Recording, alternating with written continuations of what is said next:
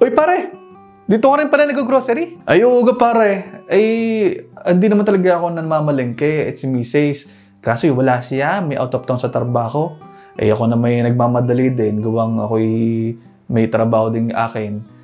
Di are, namamalengke din muna. Ano yung binibili mo? Di are, dilata is life muna.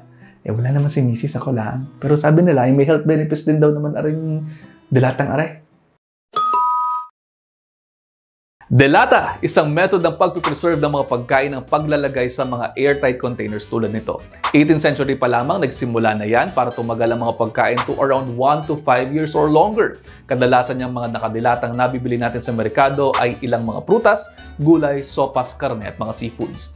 Basically, may benefits naman talaga ang mga pagkain ito. Una, affordable, convenient at ayun na nga, mahaba ang shelf life. Kaya po pwedeng i-store lalo na sa panahon ng kakapusan. Kunwari, mayroong mga sakuna. Ayan, masasandigan talaga ang delata. May health benefit ito tulad halimbawa kung nasa displaced situation tayo tulad ng mga evacuation centers, maaari maging life-saving ang pagkain ng mga delata dahil una, wala namang agad-agad maaaring mabilhan at yung mga taong ilang araw na din hindi nakakakain, maaaring makakuha dito ng protina at calories na kinakailangan nila at some point. Pero syempre kung aaraw-arawin mo yan, mayroon din yung mga drawbacks. Una, yung ilang mga delata, sobrang tataas naman ng added salt, sugar at preservatives.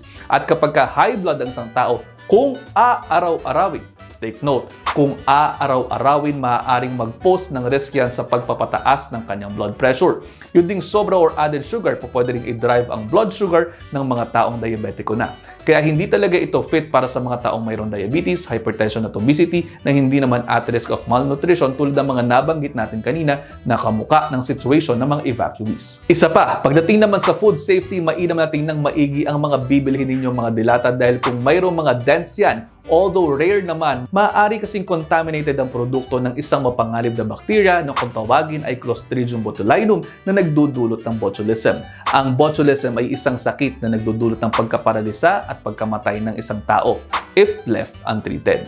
Kaya tingnan maigi ang inyong mga bibilhin. Mainam na walang mga dents, walang mga cracks, or walang mga leaks. Kaya ang payo natin ay ang magkaroon ng right choices. Basahing maigi ang label. Sabi ko nga sa inyo, huwag kayong papayag na walang label. Kung concern ng salt intake, in the case of hypertension and problems with kidneys, tingnan mo ang low sodium or low salt added option. Kung concern ng sugar, humanap ng mga delata na fruits na canned in water instead na syrup. Kung gagamitin din, mainam na i-drain at i-rinse para mabawasan ng salt at sugar content.